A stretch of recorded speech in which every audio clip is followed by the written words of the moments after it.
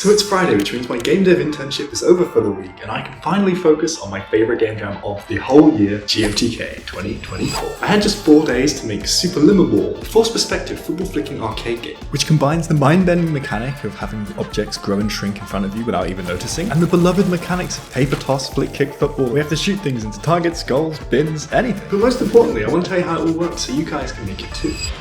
To understand how Superliminal's mechanic works, we need to understand two really important concepts, which this joke from Rick and Morty actually does surprisingly well. Think just like any other time you've seen a planet and a ship, that because you have a preconceived notion that planets are massive, the fact that it's this small compared to this ship must mean that it's really, really far away, and then they fly into it because it's actually not and it's tiny. This introduces the idea that scale and distance are very linked when it comes to how we see the world. And in fact, this football on the screen has actually been moving the entire time. You just have to look at things from a different perspective to notice. But how?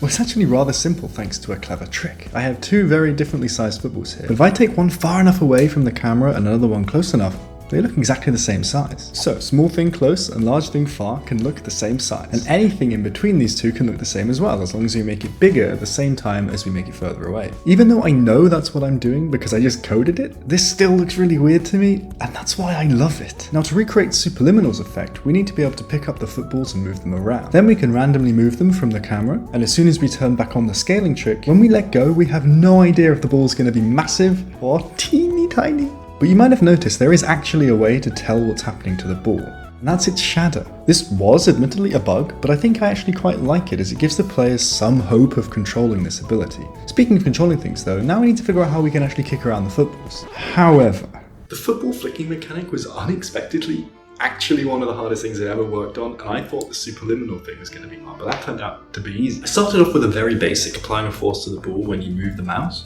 which kind of works as we can curve the ball for sure, but we have a few small problems too. We don't want that much control over the ball, and much more importantly, it needs to be kicked upwards. In fact, what really needs to happen is the ball needs to start at some point, go all the way up, and then come back down again, instead of just this. I mean, what was this? Fortunately for us in Orange here, curves are pretty much magic because all we have to do is shoot him upwards and gravity will bring him back down for us. There we go, okay great, but now we've lost the ability to change the direction of the ball by flicking and dragging midair. And this is a vital component of flick kick football, it's really fun. So the next step is to add some kind of target which the ball will always be directed towards. Now this target won't actually be visible in the game, but it's actually just a little secret trick from behind the scenes which will make the ball always hit this target. The only problem is I can miss. I have no idea how to do this. This is now actually the most insane amount of bugs I've ever seen. I did myself today. So I've completely broken the curve, but the balls at least have a pretty cool fighting swarming thing going on when I move the target, and on the positive side, the shot balls do change course to the target, which is what we wanted. This actually looks kind of cooler than the game I'm making, hold on. I then thought I had the curve back, but it crashed 5 times. I then managed to make a perfectly stacked sphere tower, and you might be thinking right now it's fake or something, but nope, it does actually fall over. It really did just stack the spheres perfectly. This is not helpful for the game at all, but I thought it was fun. Okay, we're making good progress now with curves and the tracking. Although this victory did not last long, because I've now invented flying footballs. Yay. Hey, at least this is better than the ones that don't even reach the target anymore.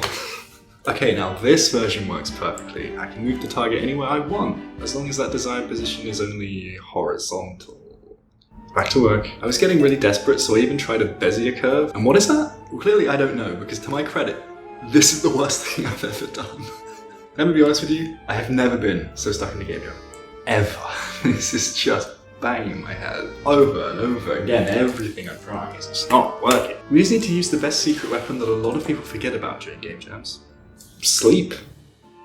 After the usual explosion of mistakes, also somehow needing to remove the floor because the footballs decided to become Australian for a minute here. I fixed things for up and down, however, curving the ball this way kind of feels really unnatural. So I reversed the curve and got the same problem, just on the other side. So now I could just ban lefties from the game, or we can fix the problem, making the curve force depend on the direction we kick the ball. Watching this almost had me in tears. I'm gonna be honest, because this was really a struggle, which shouldn't have been because it looked so easy. But I dug in. Trying and learning something new is the only actual goal I care about for these game jams. And we have done it. Yes. This is a huge victory, and we can now get to making by far the thing I've been most excited for, and the entire reason I struggled to remaking the targeting system in the first place. Being able to move the target around to different places. How do we let the user do that? Well, clicking now sets up a new drag window. Anywhere you drag inside this box gets converted into a position for the target on its wall. The brilliance of this approach is that I can change them both however I like, and it'll still track everything. And even better than that, I can drop us into any environment of any kind, in any position, in any size. I only need to make a few very basic tiny changes and it will do anything I want. However, I only realized after doing all of this for hours that it's pointless. And I really screwed up. The way the superliminal mechanic works, if I'm in an outside environment and I look upwards, it's just gonna go and go and go and go and go and break everything. So this pretty much solidifies in my head that this mechanic has to be done in an enclosed room. So what do we do? What am I gonna, how do I put football in a nice big stadium I have to throw away? Okay, yesterday proved taking a break can be really helpful. Let's relax, play the best game ever, and see what tomorrow brings. Easy.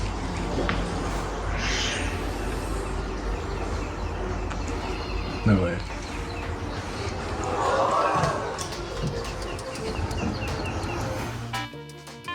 So I set about actually designing an internal level this time. I thought an arcade setting could be really fun. One big problem I noticed, as soon as you don't have infinite balls to kick around, they can just get stuck at the other end of the room, which is really bad. But luckily, taking inspiration from the arcades, they all have return systems. You know, the basketball games or the basketball game have a system where it gives the balls back to you after you've thrown them, so I added one of those as well. But originally I made it only come back in a straight line, and it doesn't work if it goes near the edges because you'll just miss it again. So what we really wanted to do is make it come back and shoot towards where you actually are. I woke up on day 4 with an email from GMTK saying, warning, warning, danger, you haven't submitted yet.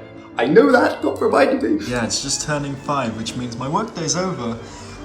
But that means we've also only got an hour left of the game jam. It's not happening. This might have been for nothing. This is the first time I've missed a GMTK jam. I am actually quite upset. But you know what? Just because I missed the deadline doesn't mean this game doesn't deserve to be finished. It doesn't mean that I don't want to finish it. So, the only major thing that I think the game is really missing is the actual game. So let's do that. I found a really cool target model and it made it randomly spawn around the wall. And as soon as you hit it, it'll just go somewhere else. I think this looks pretty cool actually. And then just like flick kick football, whenever you hit a target, you get more points depending on how close you were to the center. So 100 for being right in the middle, and then tapers off to about 10 at the edges. I'll be the first one to admit, this merging mechanic of these two games didn't work. The one time where it did work was last year's GMTK Game Jam, where I reversed the roles of Cut the Rope. Where instead of cutting the ropes to feed candy to Om Nom, you have to guide Om Nom by adding ropes to the candy. It turned out really well, and I really hope you like it. Happy coding, everyone!